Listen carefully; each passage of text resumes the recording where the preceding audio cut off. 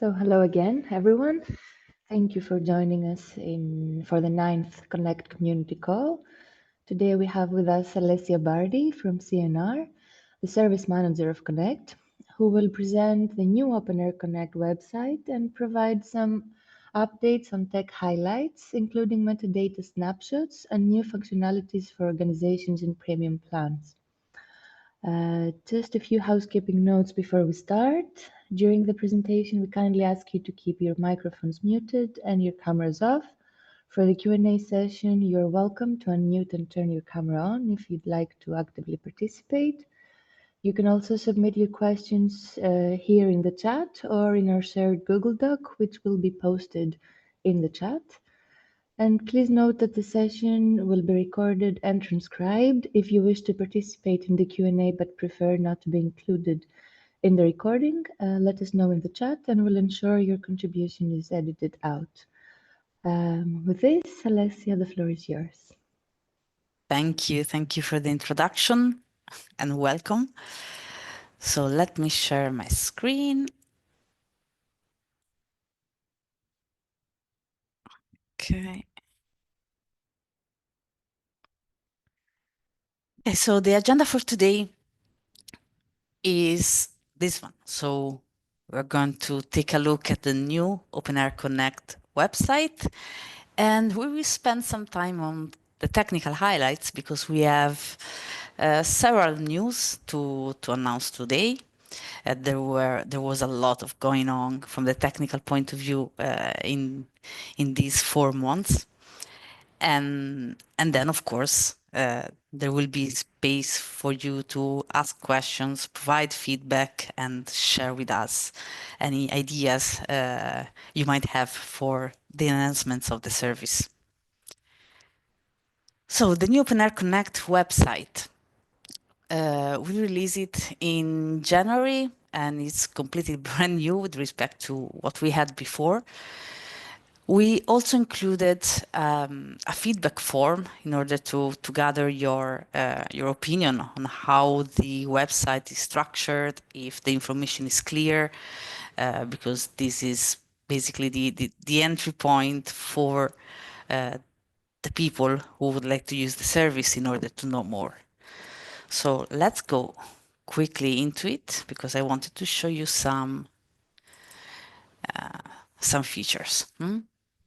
Okay, so at the bottom you will see the banner with the link to the form. And before using the form, please take a dive into the different sections. So we have information in the home page, but also some statistics about the OpenAIRE graph, and we showcase some of our communities. In the menu in the top, you can find all the information. So in the About section, you have information about what is the OpenAIRE Connect service, what are the benefits, who are the possible users, research communities that can benefit from it. And clearly you have also the link to the changelog, the roadmap, and the list of all the amazing people that works for this service. On using Connect, you can find information on how to get started with the service, so the process that we follow, and all the different steps that you should be very well aware if you already have a gateway. We have included this community section that links to the news, and here is where we publish the use cases and the events where OpenAIRE Connect is involved. So if you would like to have a use case about your communities here, please let me know, because we can arrange and we can, write something together that describe how you use the service and how it helps you build your community. And in the support section, you can find a lot of links to different materials. I would like to spend some words on the supporting material. because recently we published a new guide for the OpenAIRE Connect Gateway curators. And as you see, we released in December. And this is a guide on the Open Plato platform. So it's an online user guide that explains you what are the different options to configure your OpenAIRE community gateway. So to access it, you just need to log in, and and then you can access the course.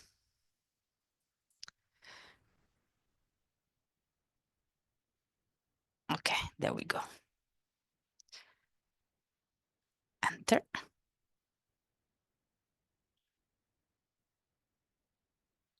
Yeah. Okay. So at the top you have the table of contents of all the feature, all the customization that you can take, and then you can see the different steps on how to do the different thing, how you can add new managers, for example, how you can configure the information about your community, and all the details that you need in order to configure your gateway, both in terms of the look and feel, and also in terms of the content that is searchable within the gateway. So if you have doubts, please consult, use this guide. And if you do not find the information that you need, let me know so that I can update the guide accordingly. And another supporting information that you may find useful are the support are the FAQs.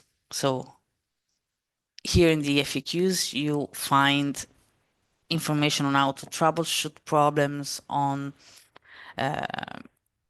different kinds of doubts you can have. For example, in troubleshooting, if you have problems with the login, you have instructions on how you can try to solve it by yourself, because before even asking me or asking the help desk for help. So I really hope that you will find all these resources very, very helpful for you. And finally, in the subscriptions page, you find information about the different subscription plans that we have. So the standard, the advanced, the premium, and the bundle. So OpenAIRE Connect plus a monitor gateway for a monitor dashboard for monitoring the impact and the uptake of open science practices in your community. So each of them have different features that you see here described, and you can find, of course, more details below. You also have a way to compare the plans, so which feature is available for which plan. So please do take time to go a little bit in this website and fill in the form to give us your feedback about it. So let me go back to my presentation, because it's time to start with some of the technical highlights. So the first one is for the metadata snapshot. So as you may know, every 6 months we publish a data set that includes the metadata records that have been associated with your community. And this time we had, let's say, 2 releases at the beginning of the year, and the second one, the one that we made on February, also include information about the organizations that are basically the affiliations of the authors that created the result. So this gives you additional information in the metadata, so that you can basically analyze it more in details, also from the point of view of the organizations involved. And here on the right, you see an example of one organizations related to a research product. Oops, sorry. Another important update is that from this graph, we are including automatically patents that are related to your research products. So before, we were only including the patents if they were strongly related to the publication, so with a specific semantics. But we realized that there are a lot of patents that are related to publications with a very generic relationships, which is related to, for example. So we changed the implementation of our algorithms so that also uh, this generic relationship is taken into consideration. And here you can see the effect of this change. So basically, for some of the communities, we were including patents because of different reasons. And we have a big increase in these numbers using this new approach. As you can see, for example, for UArctic, we had 1K 1K patents because they were related to organizations that are members of this university alliance.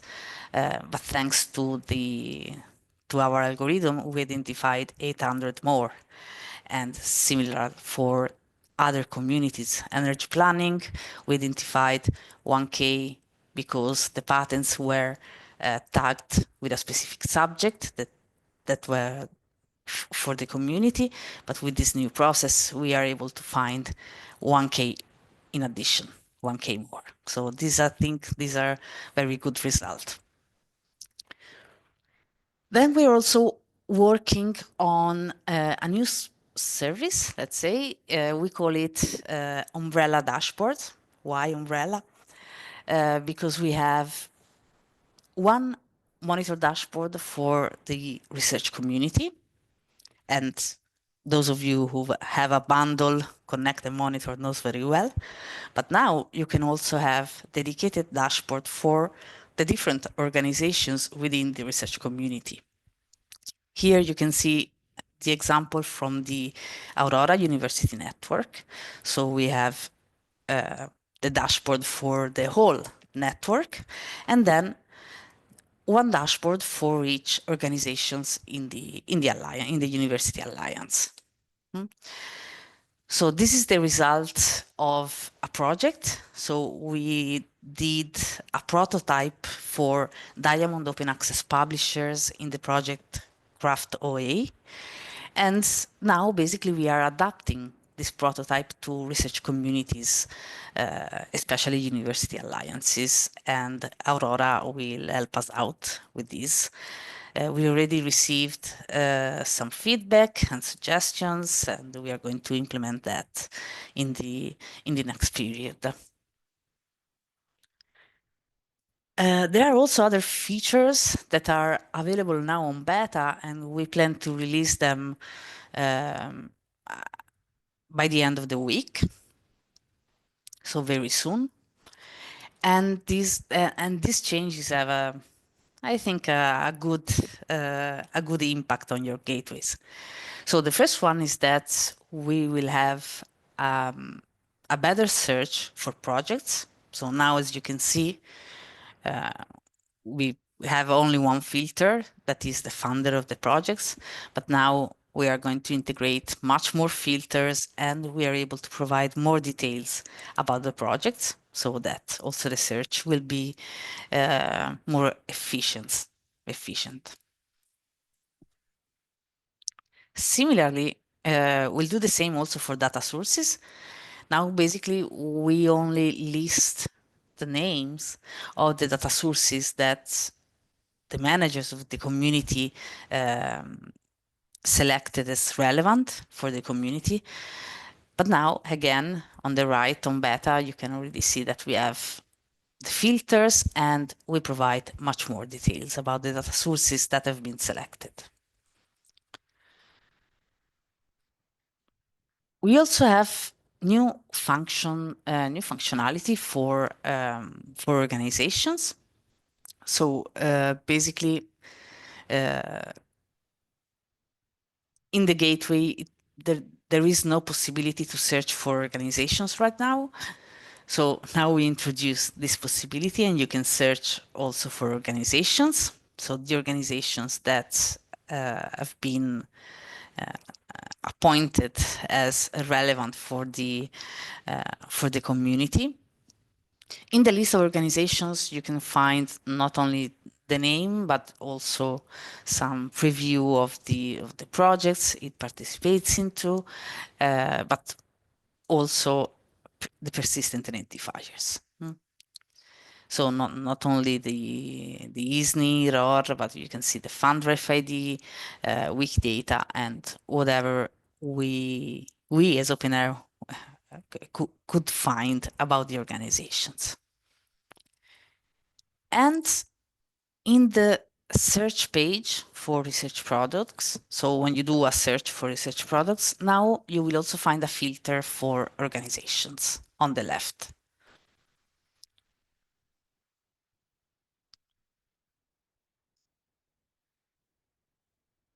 So finally, I wanted also to talk about an experimental feature that is the identification of research products that are relevant for a sub-communities. So research communities can be organized in sub-communities for different reasons. The most typical one is that there are sub-communities based on research theme. So for now, we are able to tag a record for a subcommunity via the custom full text mining algorithm or via the link functionality. What we are experimenting with is to basically apply the same criteria that you can use for your community also to a specific subcommunity. And we are, let's say, trying this experimental feature in the context of the SciLake project, where we are working with, for example, the community on transport research and neuroscience. And the results of this experimental feature for now is on beta, but this is also something that we will see soon in production in the next weeks. So planned, what we are planning to do in addition to the finalization of all these features. So what we plan to do is to have an enhanced landing page for organizations. So you search for organizations, you select one, and now you can basically find some information about the organizations, the list of projects, the list of data sources and research products that are of this organization. And in the future, we would like to add also information about the parent-child relationship. So what does it mean? It means that an organization may have child organizations, like the university has the department, or a research center has institutes. So we want to show this hierarchy. And also we want to add a tab for statistics. So as I already presented in the previous community call, now your community gateway can show some statistics about your community. We would like to do something similar also for each organization of your community. So we are still, we still have to decide how this enhanced landing page would look like. We have to decide which are the charts that are most interesting for you. And of course, we will involve you in this decision, and we will make use also of the feedback you already provided for the statistics of the community as a whole.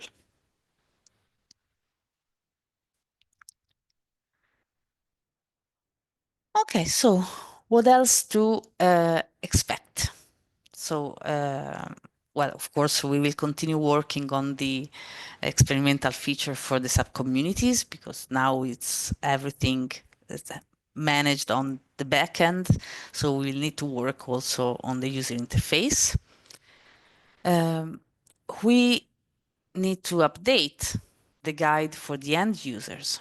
So in December, we released the user guide for the gateway managers, but we didn't cover all the functionalities that are available in the gateway that can be used by end users. So we need to update the guide for them as well. And this will be available from the OpenAIRE portal, but it will also be linked in the homepage plugin for the documentation. So you will be able to decide whether you want to add it in your homepage or not. Really up to you. Another homepage plugin that will soon change in a better way is the one that shows the list of supporting organizations. Most of you have this plugin enabled, and it shows the list of organizations that are supporting the operation of the gateway at the bottom of the homepage. And by default, it is able to show up to 9 organizations. So we discovered, thanks to your feedback, that this was not enough.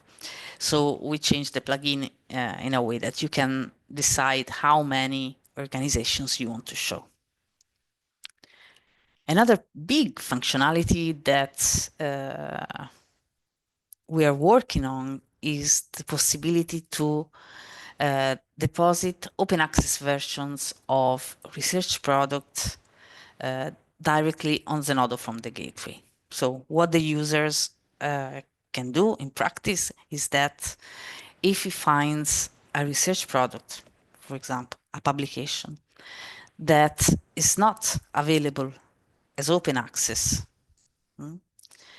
but this person, this user, is the author or has, for any reason, an open access version of the publication, with few clicks, they can upload the open access version on Zenodo and make these available to everyone. So we think that this is a very useful functionality to include more and more open access versions of different publications, but also other research products. Finally, and this is a more technical task, is that we need to upgrade our systems, our user interfaces to Angular version 18. The technical team already did that on beta, so we need to plan the upgrade also in production. And if everything runs smoothly as it went on beta, this change will basically be transparent to you. You will never realize that something was changed. But in fact, it's very important because it helps to keep our systems up to date. It makes it easier to integrate new functionality. And, well, of course, it's best practice of development to keep all the libraries up to date.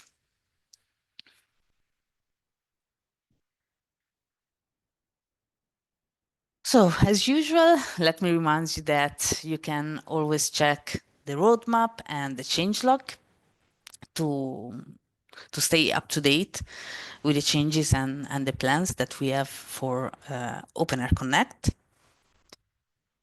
And now I think it's time to open your mic and speak up. So I don't know if you have any feedback on the website already, or if you want to share some experience on the use of the gateway or the use of the dataset, the metadata snapshot.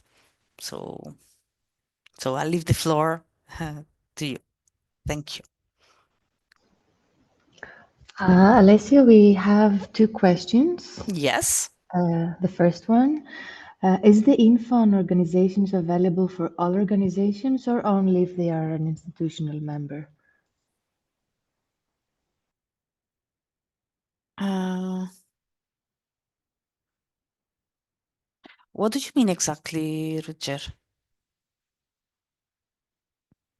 I actually mean that you showed a lot of additional graphs with the organizations, and I would like to know whether this is available for simply all organizations or only to organizations who pay like the 1200 also for the monitoring services to be mentioned as specific research organization. Okay, yes, the statistics will be available for the organizations that pay for the premium plan Okay. of OpenAIRE Connect. They do not need to have also a monitoring gateway, a monitoring dashboard, sorry, but they need to pay for the premium plan. Yes. Yeah, that's clear. And I had another question, which is about the Sonodo connection. I think it's a very nice addition. However, there's also a fear that they will go to Sonodo instead of to our repositories and CRIS systems. So is this a functionality that we can switch on or off? This is an aspect that we didn't think of, but I think it will be easy to switch off because all the functionalities of the gateway are configurable. So we will make sure that you will be able to enable or disable. And actually, I mean, your comment is very important because would we'd really like to create this kind of synergies also with other repositories and with other CRIS systems. So yeah, it would be an interesting actions for us to do that also with other repositories. Yeah, that would be something I would really like because of course it's easy to see because we're of course a consortium of many different universities. It would make it a lot easier if there would be one interface where everyone would simply send it through, but yeah. Well, I mean, the functionality is only useful if the publication is available somewhere already. So it will not be like a repository like an institutional repositories that allows you to create the metadata from scratch of a record. In that case, something has to be in the OpenAIRE graph first, Okay. and if the open access version is not available, then we we can show the option to upload an open access version. Yeah, clear. Thank you. Thank you. And nice changes again. Yes, let me then thank again the technical team because was a lot of going on in these 4 months, and they really committed to achieve these great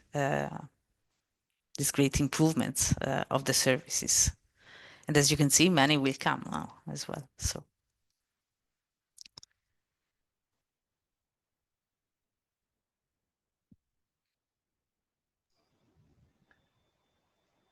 Please feel free to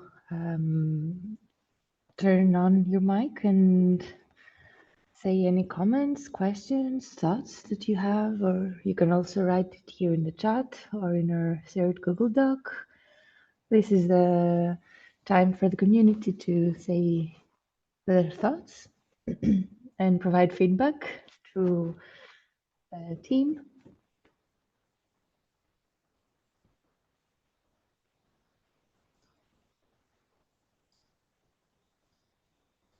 and do not hesitate. There are not any wrong or or silly questions or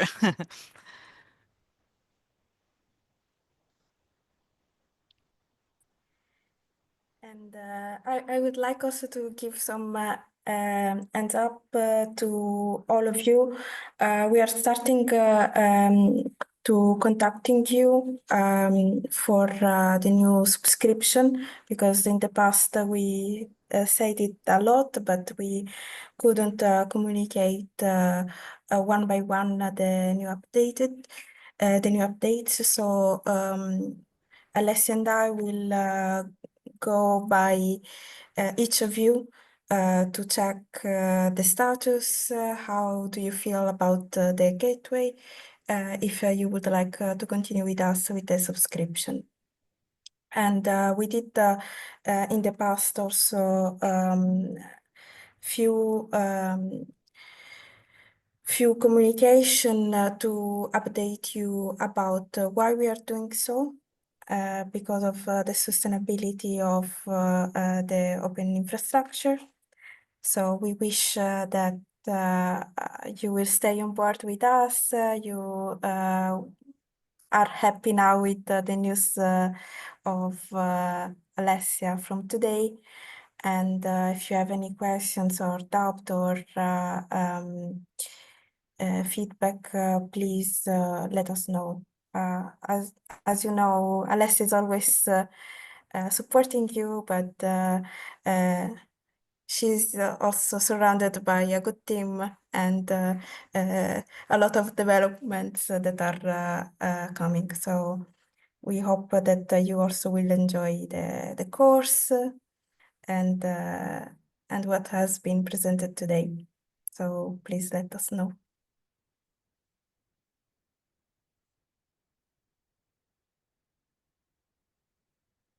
And if there are not many questions, I may suggest to stop the recording and leave you the possibility to speak without the recording if you prefer.